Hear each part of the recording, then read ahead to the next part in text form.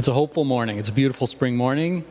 And with the recent pledge by President Biden that everyone in America will have opportunities to schedule a vaccine appointment by May 1st, we are starting to see that there may be a light at the end of this long winter. Without being recklessly optimistic, it may be that this emergency is drawing to a close. It's a good time for us senators together to reflect and review what we have been through and how our government has responded. And I welcome the debate about emergency powers in this state. I welcome the proposal coming forward, though I consider it on its face very flawed. Throughout our country's history, Mr. President, national crises and state crises have led to an expansion of executive power. We all know that Lincoln suspended habeas corpus during the Civil War. We know that FDR ran for a third and a fourth presidential term during the Depression and World War II. They justified these expansions as consistent with their oath to protect the Constitution, though the powers were perhaps not explicitly detailed in the Constitution itself. After each period, though, of executive expansion, the legislature and the people have always reflected and responded to the recent events with guidance for posterity and with an eye to preserving our democratic republic. The 22nd Amendment was passed in 1951, which limited a president to 2 terms. Habeas corpus was reinstated by Congress in 1867. In that spirit, I welcome a discussion of the proper role of the legislature after a year of executive expansion in this state. We should reflect on the appropriateness of the use of emergency powers over the last year and how such power, now a part of precedent, could be misused or abused in the future to the detriment of our liberties. Unfortunately, the approach described by Senate File 4 is wrong, and it would have the effect of neutering the executive in any future emergency. It would give one party control over a governor of the opposite party in ending emergency powers, further politicizing what should be a rare and nonpartisan response to dire circumstances. If enacted today, Senate File 4 would lead to renewed death and loss for Minnesotans, even as we can see the finish line at the end of this long year.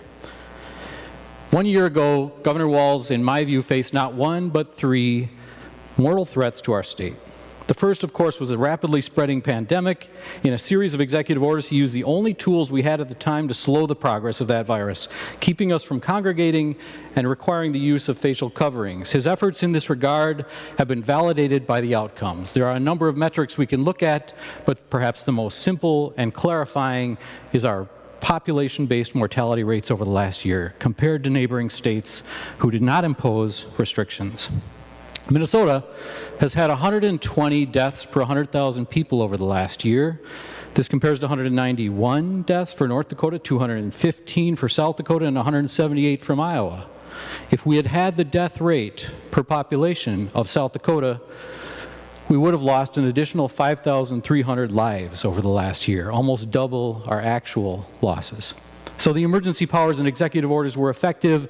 It would not have been practically possible for the legislature to manage those orders due to the unpredictable and rapidly fluctuating behavior of the virus and to our rapid emergent understanding of its behavior.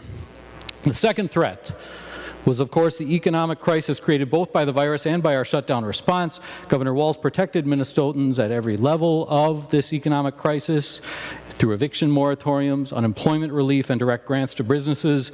In these efforts, he sought and received the cooperation of this legislature on several measures.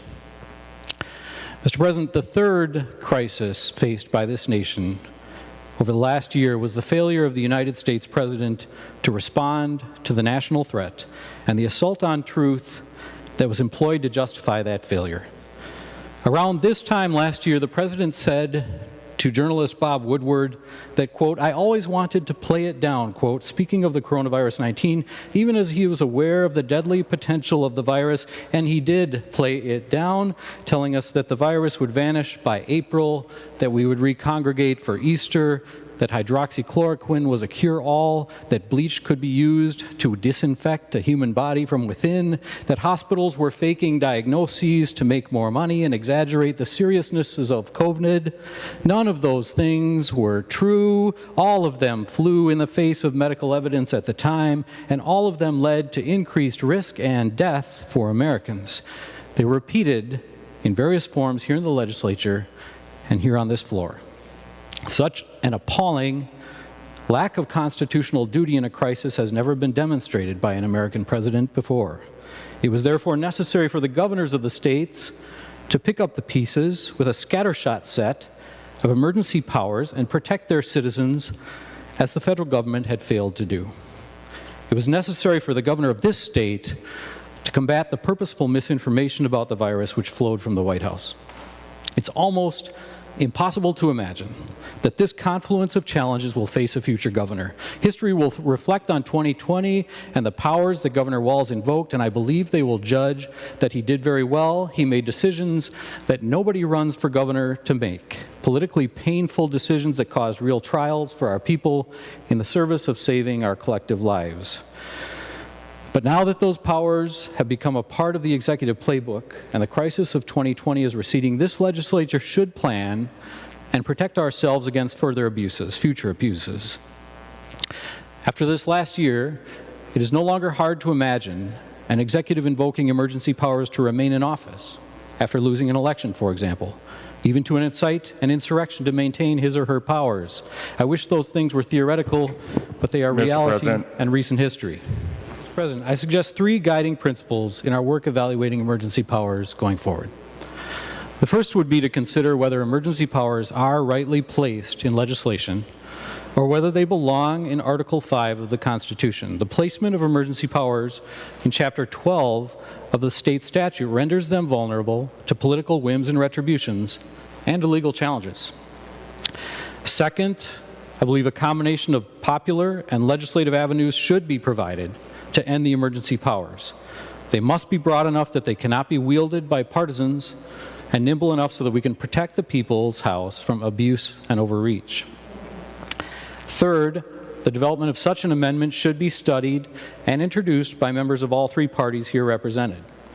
All of us have an interest in getting this right and an obligation to the next generation to defend democracy.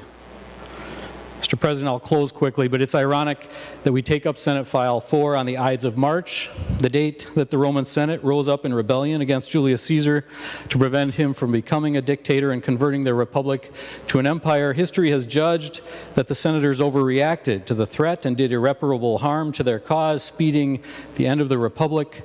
Governor Walz is not a dictator, and we here are not murderers, but the tension between legislative and executive power is timeless and necessary, and I hope to work with my colleagues to resolve it for our day. Senate File 4 is not that resolution. Thank you.